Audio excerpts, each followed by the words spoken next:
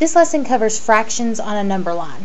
Students will often be asked to identify a fraction on a number line, and this is this lesson.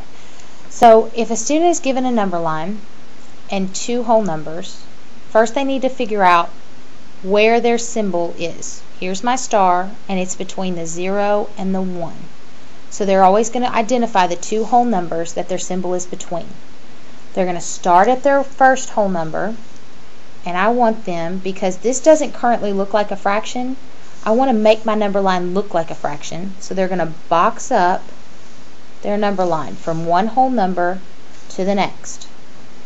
They're not going to box the arrow, they're not going to box any farther, just from one whole number to the next. Now to me this looks a little bit more like a fractions bar than like a number line, which is nice because then they can identify the fraction. So then students will shade over until they get to their symbol and stop. Then they'll count how many total boxes they have. 1, 2, 3, 4, 5. So my total number of boxes is 5. Now they count how many shaded boxes they have. In this case they have 1. So my fraction is 1/5.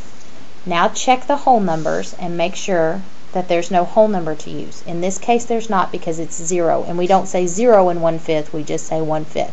So my star is located at 1/5 on my number line. Let's do another one. This time we're going to say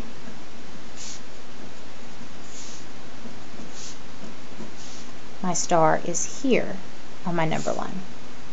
Now, once again, first thing that they do is figure out which two whole numbers their star falls between, or their symbol. This star falls between 2 and 3. So they're going to ignore everything before the 2 and everything after the 3 and just focus on between those two whole numbers.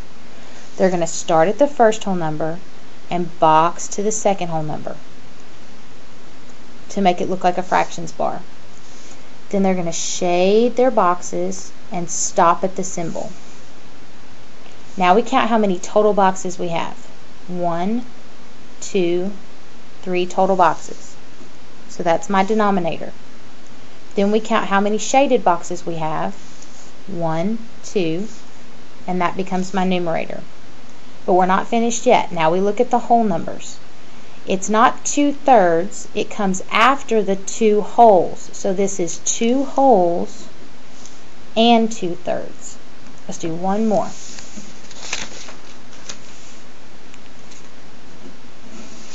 On my number line, we'll do 0, 1, and 2.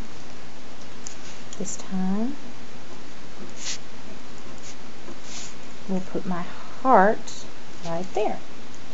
Now, first they have to figure out which two whole numbers my heart is between. My heart is between the 0 and the 1. So they're going to ignore everything before the 0 and everything after the 1 and just focus on that section of their number line. They're going to start at the first whole number and box to the second whole number. Then count how many total boxes they have. 1, 2, 3, 4, and that becomes their denominator. Then they shade and stop at the symbol and count how many shaded boxes they have. 1, 2, 3, and that becomes their numerator. Now we look at our whole numbers. Now this whole number for this problem is 0, but we don't put 0 and 3/4. We put 3/4. I hope this has helped. I really like this because it actually makes the number line look like a fraction, and that makes it a little bit easier for the students to relate. Thanks.